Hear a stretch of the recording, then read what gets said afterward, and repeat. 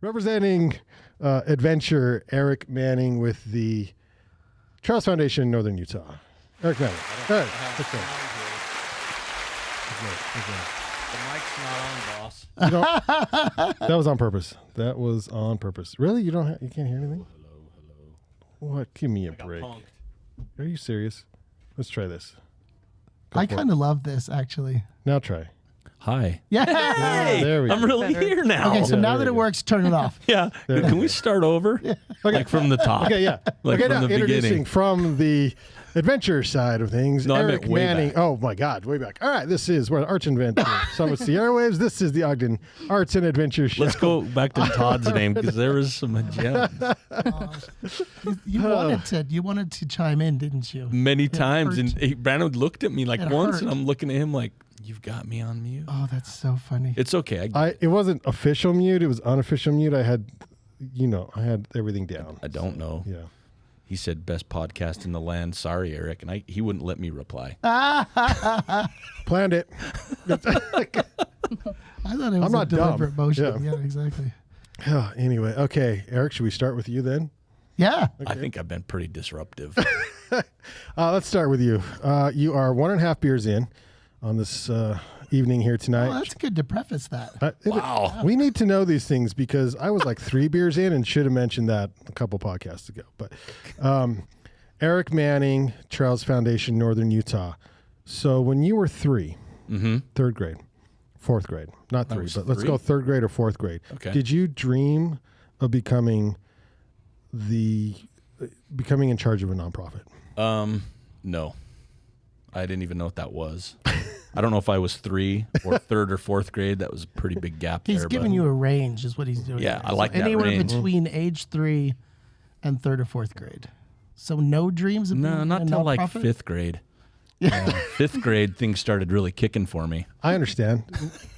What did you The think you would? do-good portion of you kicked in. Yeah. It's like, maybe I should help others.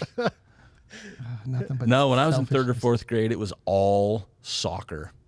Pro soccer. All the time. You're doing that tonight. I'm coaching tonight, but I should be in the World Cup right now, according to my third and fourth grade self. Wait, so actually the beers are sort of drowning some sorrows.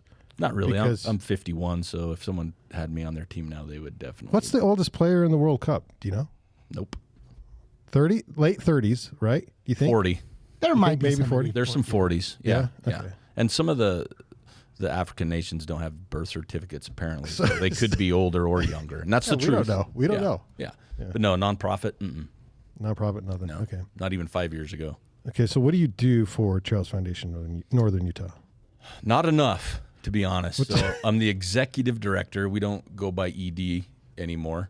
So Is that an age joke or? no. Okay. No. I just hear those commercials all the time on Yeah, the radio. I know. Okay. Yeah. I don't want anything called back to us. No, I mean, I'd like to think we do a good job in northern Utah. I mean, primarily Weber County, but everything trails, we try and do what we can. So grant writing, education, etiquette, funding, building, maintaining, just everything we can do. What's the hardest part about being the executive director for Trails Foundation Northern Utah? Man, I didn't know we were going this direction. Just talking about your work. I know. It's after hours. Thank you so much. No, I mean, We'll keep it really, personal after this. it's just, I think anybody can relate to this in business in general, but nonprofits, just funding. That's the hardest part because there's so many things you want to do, and you have so much momentum. Obviously, we have an amazing community on all levels, but everything boils down to funding. So the questions get asked all the time. You know what you should do? You know what would be cool? You know what would be great? And in my head, I'm like, yes, yes, and yes. But unfortunately, so much does come down to funding. So what you're saying is unlimited funding, you don't know how to spend it. Like there's literally so much money coming in. Oh, we could easily figure it out. 'Cause projects are expensive. Let's get that straight. I think that I don't think people know just how expensive trails are. They are. I So think the first time I heard you talking about that, I'm like, that can't be right. No, but that's- it can. Like, it makes sense. well, because there's more to it than a shovel right? And that's what people think, oh, I can build a trail for less. But I mean, I had a meeting today that we need to do like stream alteration permits, NEPA studies, all this stuff before you even do anything. So there's costs there, there's engineering. So kind of on an average, you look at, natural surface trails can range in of $10 a linear foot, right? In that area, up or down, one way or another. So, I mean, that's a lot of money for the distance, right? And that's just obviously like building new trail. There's maintenance, but everything's expensive. So how do you make money? How do you bring money in to spend it? Spend all the dollars? Not well enough right now, but obviously our membership campaign's huge, and that's been going. We just started our 3rd year. You started that. Yeah. Yep. Good job. 3 years ago. That was kind of, and I say I started it, but I think with the organization being around for 27 years, there's ideas that have always floated. It's just a matter of getting things going, right? Bandwidth is a word that we hear too much, but, it is. It's like people, time, money. So our membership campaign's huge. The donation side of things is huge. Grant writing, grants. And then we have now. Did you have grant writing training before this, or is this the first time you've ever written grants when you came to work with Trails Foundation? So when I was in high school, I didn't like English, writing papers, and I wish I would have liked it more. Funny. We have somebody. We might have someone who can help you with it. But, grant writing, there's a nuance to it. It's not as easy as, writing stuff. I mean, you have to have budgets and letters of support and, everything in the sun, and you got to figure when you're writing a grant, you're not the only person doing it. So how do you draw attention to yours and make yours move to the top of the list? So you put like stars and smiley faces. I use colored paper and Axe body spray. Is that on my paper? Spray. Yeah, I just spray it that way. Todd, is that how you do it? Because Todd's in this world as well. I would count negative points You would? with the X. What flavor? I would. Because there's different flavors. You just got to nail it right. Like there's probably like Black Lagoon, Midnight Love, like different flavors, right? I'm thinking it's bro number 1. Okay. Bro number 3. I do not like that one at all. At all? I'm going to get rid of that one. That one's good at the club, though. That one's really good. Bro number 3. He knows these things. Okay. No, but we do. No, but it's all those little things you need to stand out in a grant. And it's hard. It is. Yeah. It's like it is. It comes down to, making it stand out, making it so people understand it. It helps different Aric community, youth, actively aging, active transportation, environment. I mean, there's so many buzz words, and those change a lot. But I think, realistically, when people put in for a grant, all of them, most of the time, are deserving, right? So that's the hard part. So I would never want to be on a committee. Like Ramp does a great job here, right? But those committees, that would be hard because you get so many submissions for different dollar amounts, and to make that decision to, realistically approve a project, or if you don't get funding, that project's dead. That would be tough. So no pressure to anybody that listens that approves grants. Can you?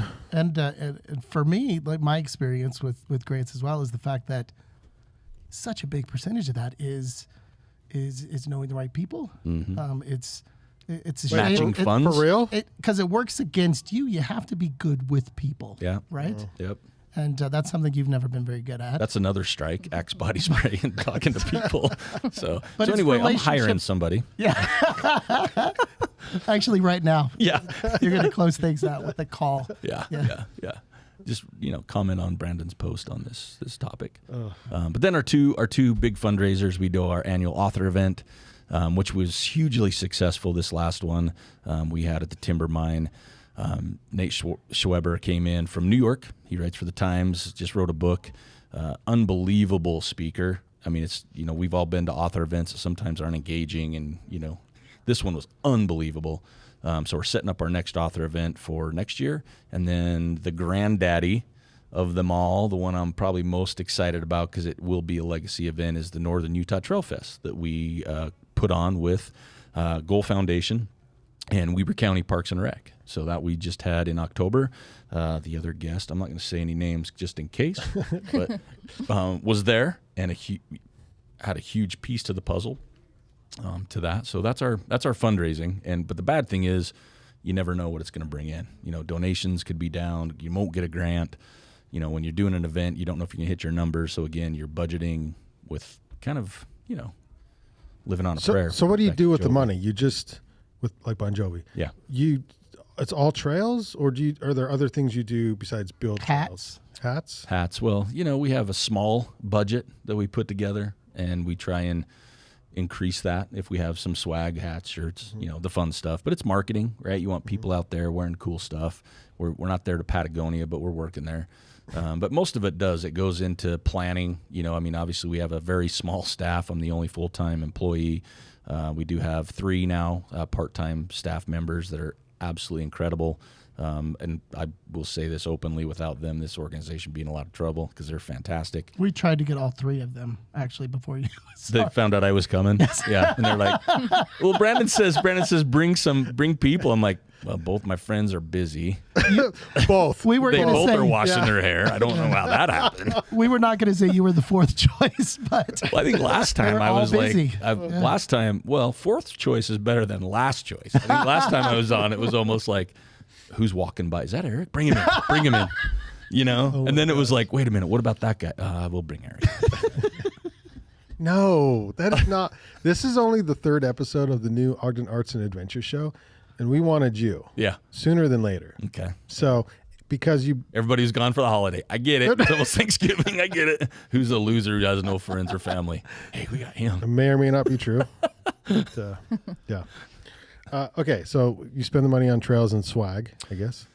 Trails, planning. There's a lot that goes on. We, like I said, a lot of it is operational for the staff. We use, that money as well to match grants. That's one thing when you write a grant, it's not like you're just asking for, $20,000. They want to know you've got $20,000 to match it with, right? So you have to, in order to get big grants, you've got to have money to show that you can, like an outdoor rec grant, you can get up to $300,000, but you've got to have $150,000. So if you only have $50,000, you can write for $100,000. Wow. So the more money you can write for more. So you're doubling it. So the money that comes in, like membership campaigns and all the fundraising and stuff, obviously we got to pay the bills.